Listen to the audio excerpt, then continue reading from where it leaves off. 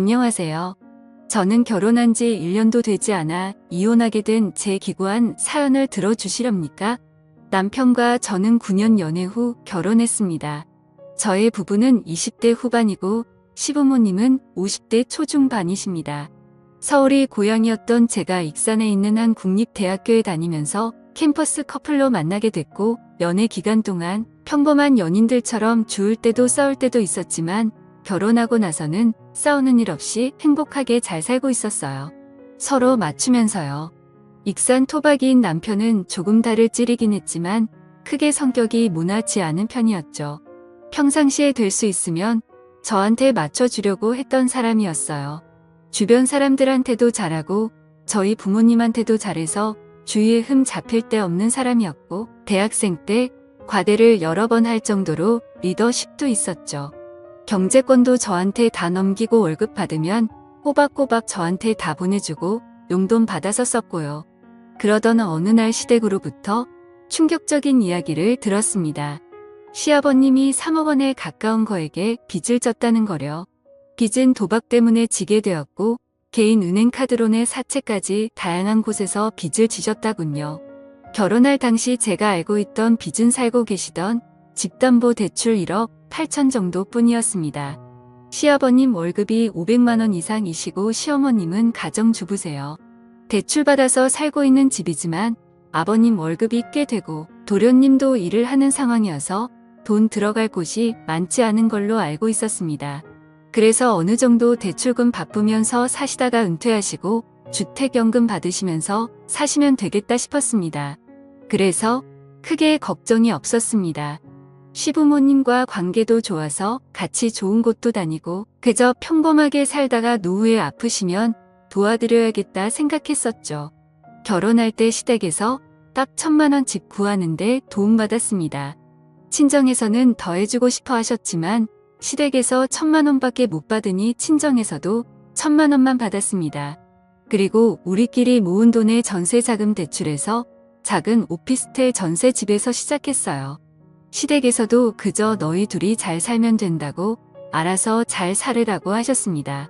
돈을 안 해주셔서 서운하고 그런 마음도 전혀 없었고 그저 둘이 잘 살아보자는 마음과 희망으로 시작했습니다.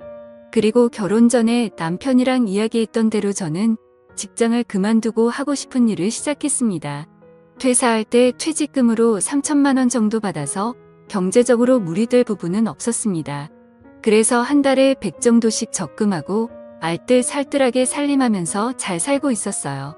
둘이 문제될 것 전혀 없었습니다. 그런데 3억 빚이라는 일이 터져버린 거죠. 처음에 소리 들었을 때는 그저 황당했습니다.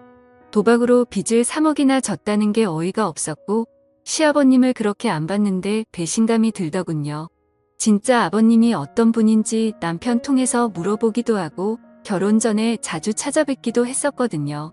그때는 정말이지 재테크에 능하지 않으실 분 가정적이고 능력있고 좋은 분인 줄로만 알았는데 도박꾼이라뇨. 생각해보면 이상하기는 했습니다.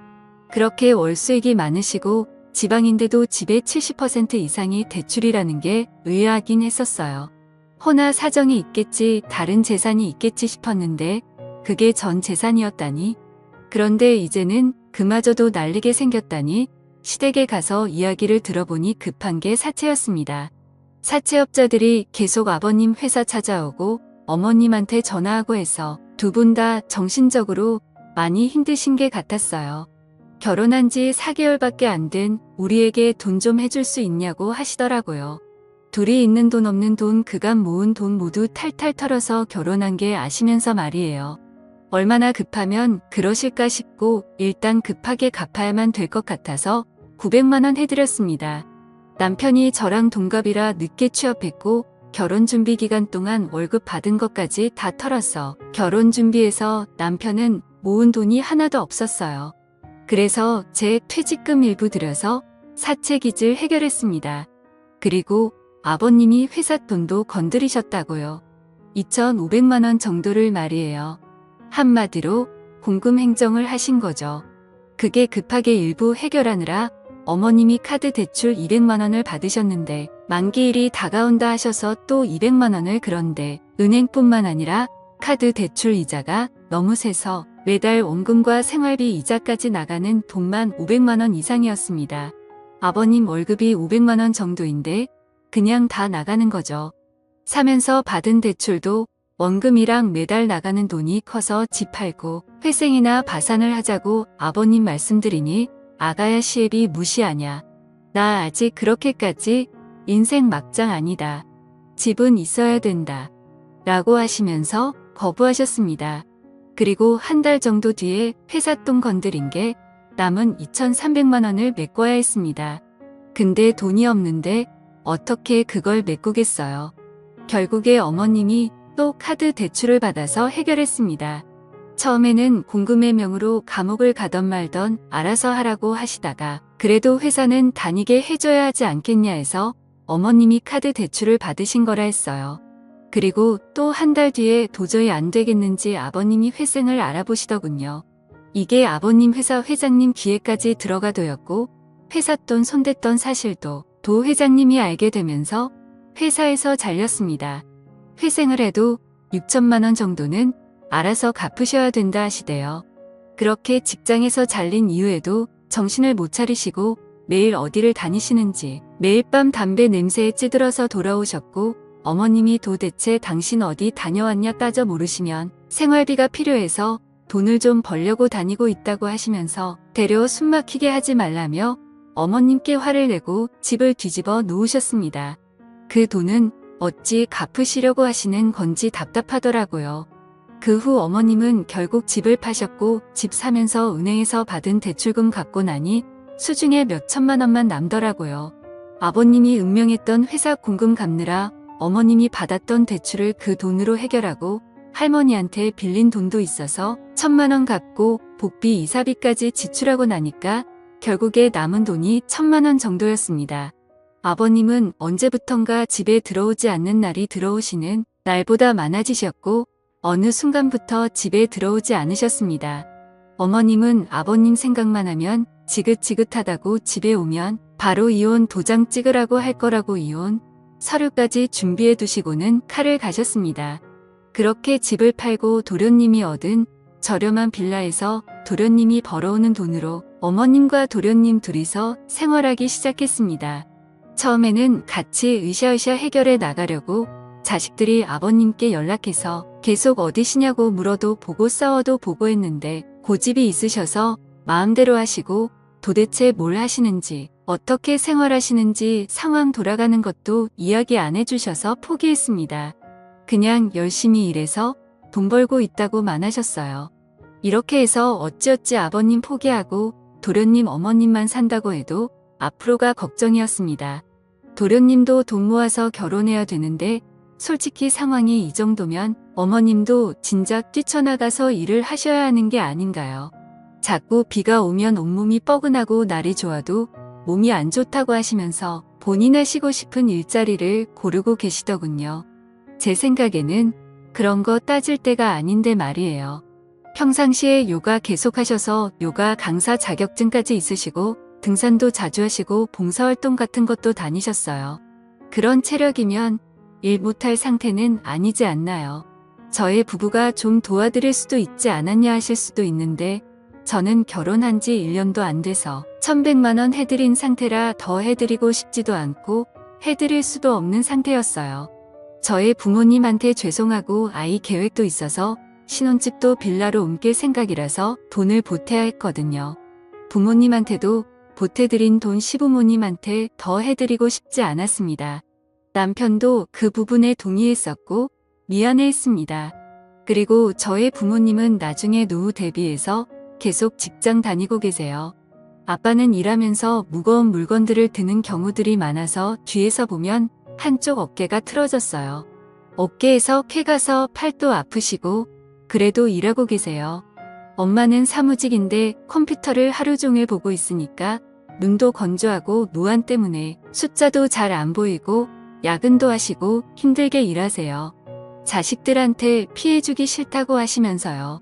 이런 부모님을 보면서 일상생활 잘하시는 어머님이 건강 때문에 일을 하는 게 망설여진다는 게 저는 도무지 이해가 되지 않을 따름이었습니다. 그래서 단돈씩 20만 원이라도 경제적 지원해 드리고 싶지 않았어요. 벌써부터 해드리면 나중에 더 의지할 것 같더라고요. 남편이 전화로 일은 어떻게 할 거냐고 해야지 않냐고 여쭈니 달에 돈 10만 원씩도 안 해주면서 다 키워놨더니 엄마한테 일하라고 하냐고, 엄마 비 오면 온몸이 쑤신다고 장마철에 나가 죽으라는 거냐고 너는 말을 꼭 그렇게 해야겠냐고 화내시더라고요. 남편은 엄마 서운한 건 알겠는데 우리가 이미 1,100만 원 빚 갚는데 못 해드렸잖아요. 월 100만 원씩만 버셔도 저희 형제 부담이 많이 줄어들 것 같아요. 그리고 엄마 노후를 위해서라도 하셔야죠. 진짜 엄마 생각해서 말씀드리는 거예요. 모든 걸 우리가 지원해 드릴 능력이 안 돼요.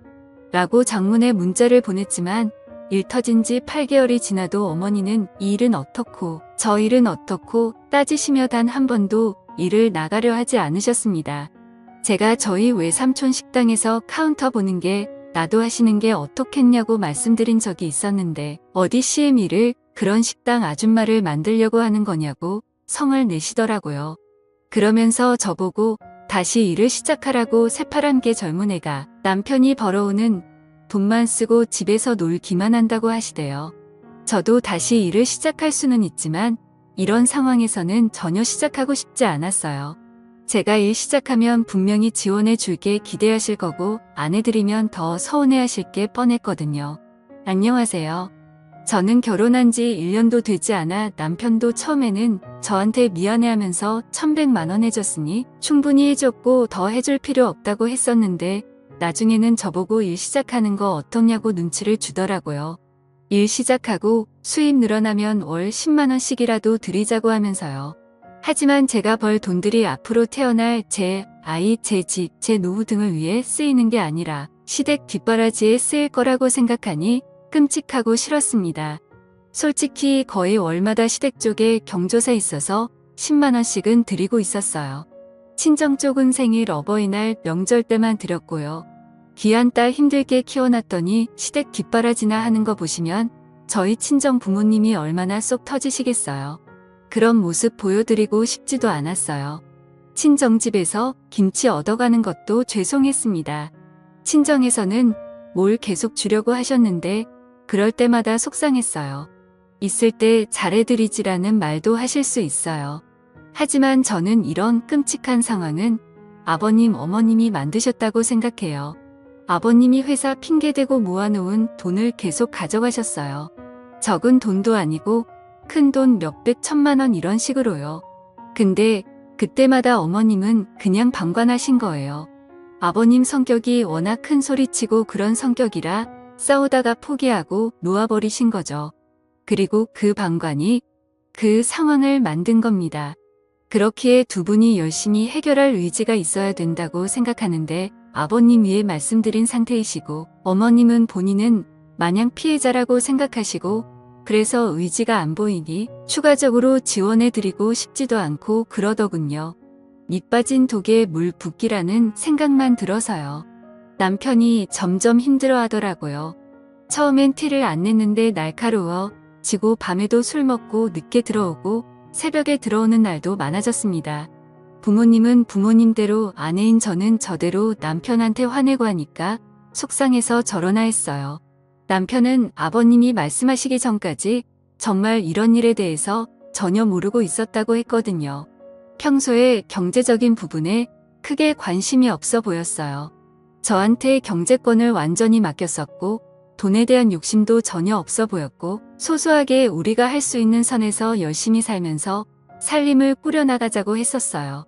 저도 그렇고 남편 부려님까지 부모님한테 뒤통수 맞은 거인 줄 알았습니다. 남편도 피해자라는 생각에 남편이 너무 안쓰러웠고 아무리 술을 먹고 늦게 들어와도 새벽에 들어와 술 주정을 부려도 다 이해해 주려고 했습니다. 기죽어 들어온 남편을 꼭 안아주고 다음 달부터 다시 시작해야겠다고 결심했습니다. 그리고 남편한테 다음 날 아침 말했어요. 다음 달부터 출근하기로 결심했다고. 남편이 혹시 본인 부모님 빚 때문에 그런 거냐고 하면서 눈물을 머금은 채 말하는데 저도 그 모습을 보고 눈물이 나더라고요.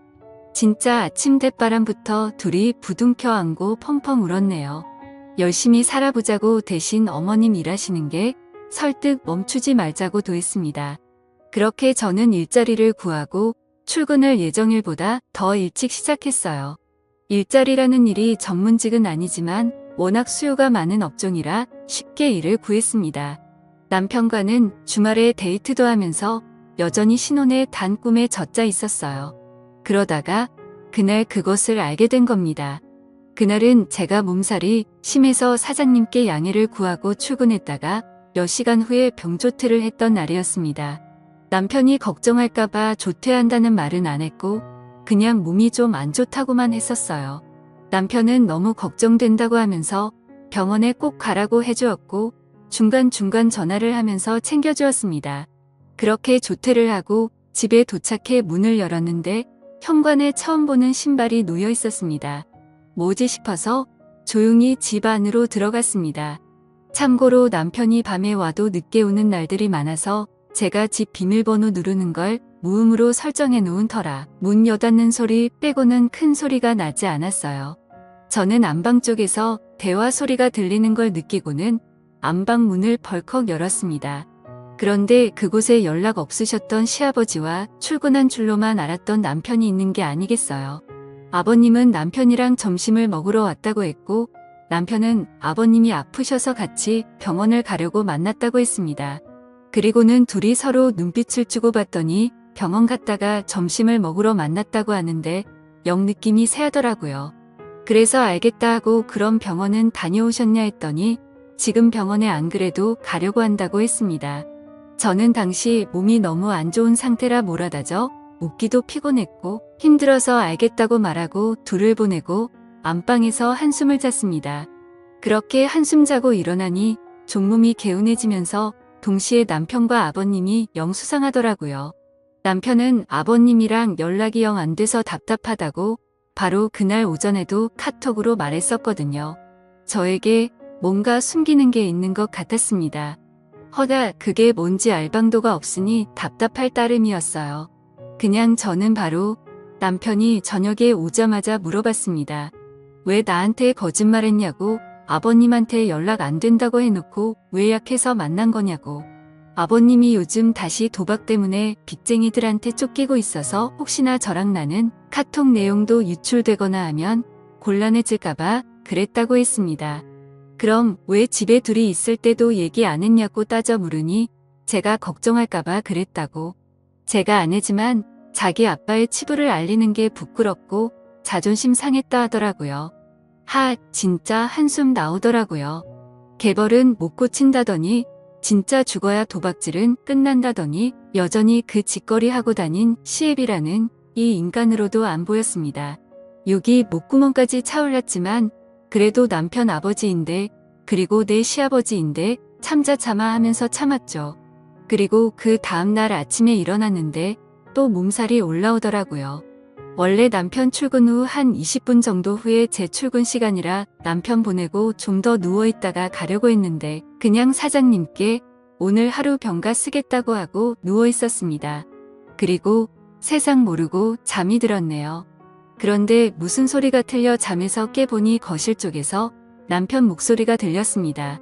뭐지 벌써 남편 퇴근 시간인가 하고 시계를 봤더니 겨우 오전 10시더라고요.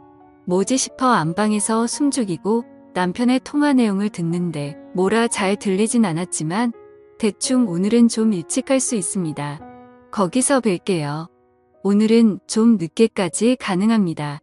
뭐 이런 말들이 틀렸어요. 저는 뭔가 남편이 나를 속이고 있구나 싶었습니다. 그러다가 남편의 목소리가 제가 있는 안방 쪽으로 가까워지는 걸 느꼈고 저는 안방 옷장 속에 몸을 구겨 넣었습니다. 남편은 안방에 들어와서도 한동안 통화를 하는데 여간 이상한 게 아니었어요. 오늘은 어제 잃은 걸 다 만회할 거라느니 오늘 성과급이 나와서 주머니가 빵빵하다느니 이런 말들을 하는 겁니다. 저는 촉이 오더군요. 남편이 나가는 소리를 듣자마자 저는 옷을 대충 갈아입고 모자를 눌려 쓴 채 남편의 뒤를 따랐습니다. 2층 오피스텔이라 계단으로 급하게 따라 엘리베이터를 따라 내려가니 남편이 급하게 걸어서 어디론가를 가더라고요. 저도 따라갔습니다. 그런데 골목길에 들어서자 저희 시아버지가 남편 앞에서 손을 흔들고 계셨습니다. 저는 뭐지? 이 부자가 도대체 뭘 하려는 거야? 설마 하면서 몰래 뒤따라갔습니다. 다행히 저인 걸 눈치 못 챈 것 같았고 둘은 뭐가 그렇게 신났는지 열심히 한 5분을 걷더니만 집 근처에 있는 한 모텔로 들어갔습니다. 저는 부자가 모텔 한 방에서 도대체 뭐 하려는 건가 너무 이상해서 급하게 들어갔는데 사라지고 없더군요. 그래서 제가 그럼 혹시 장기 투숙객은 없냐 했더니 있지만 고객 보안상 절대 말씀 못 드린다고 나가라고만 했습니다. 저는 어쩌지 발만 동동 구르다가 방 하나 대시를 하겠다고 하고 결제를 하고 제 방으로 들어갔습니다. 그리고 복도로 나가 남편에게 전화를 걸었어요. 혹시나 방 안에서 전화벨 소리가 들리진 않을까 신라 같은 희망을 품고요. 그런데 정말 가까운 복도 쪽에서 전화벨 소리가 들렸습니다. 저는 뭐지 하고 급하게 제 방으로 들어가 살짝 문을 열고 복도를 살피더니 제 남편이라는 놈이 복도 벽에 기대서 제 전화를 받는 게 아니겠어요. 저는 떨리는 목소리로 작게 여보 지금 어디야? 라고 물었고 제 남편은 아주 천연덕스럽게 어디긴 일하고 있지 거래처 왔어라고 하더군요. 오늘 일찍와 같이 저녁 먹고 싶어라고 하자 어쩌지 거래처 부장님이 오늘 술 한잔 하자고 하시네. 우리 회사 가을이라서 어쩔 수가 없을 게 같아 이해해줘 하면서 애교 섞인 목소리로 말하더니만 여보 미안해 나 지금 끊어야 돼서 또 연락할게 하더니 전화를 뚝 끊더라. 저는 문틈 사이로 남편이 들어가는 방향을 캐치한 후 바로 나와서 그 방문을 미친 듯이 두드렸습니다. 그랬더니 한참 뒤 남편이 아니라 우락부락한 목부터 팔까지 문신이 도배된 남자 한 명이 문을 열더니만 짜증스러운 목소리로 누구냐고 묻더군요. 저는 바로 그 방 안을 스캔했습니다. 그 방 안에는 담배 냄새가 너무 자욱해서 선명하게 보이지 않았지만 초록색 테이블이 하나 놓여져 있었고 거기에 여러 명의 사람들이 카드 같은 것을 가지고 게임을 하는 듯 했어요. 제가 거기에 서서 한참을 멍때리 저를 발견한 남편과 시아버지라는 작자가 그 테이블 아래에 급하게 숨더군요. 진짜 그 모습을 혼자 보는 게 아까울 정도로 어이없고 웃겼습니다. 웃으면 안 되는 진짜 심각하고 화나는 상황이었는데 웃음이 나오대요. 저는 죄송합니다. 잘못 왔습니다라고 말한 후 바로 제 방으로 급하게 들어와 경찰에 신고를 했고 경찰은 바로 그 모텔방을 급습해서 제 남편과 시아버지를 비롯해서 일당들을 검거했습니다. 그리고 경찰서에서 알게 된 사실이 남편은 시아버지의 도박을 모른 게 아니라 함께 해왔었고 그간 도박 빚은 시아버지 혼자의 빚이 아니라 함께 빚은 거였던 겁니다. 그래서 어머님도 저희가 그 빚을 갚는 게 당연하다고 하셨던 거고요. 저는 사기 결혼으로 고소하려 했지만 변호사는 그저 이혼 소송과 위자료 청구 소송 정도만 가능하다고 하셨고 긴 소송 끝에 결국 잦은 위자료 몇 천만 원을 받게 된 게 전부입니다. 아무것도 남지 않은 제 1년 동안의 결혼 생활 찢어지고 찢긴 가슴은 1년이 지나도 10년이 지나도 나아지질 않을 것 같습니다. 가족 사기단의 속은 제 이야기. 제가 생각해도 소설 같고 드라마 같네요. 제 암담한 사연을 들어주셔서 감사합니다.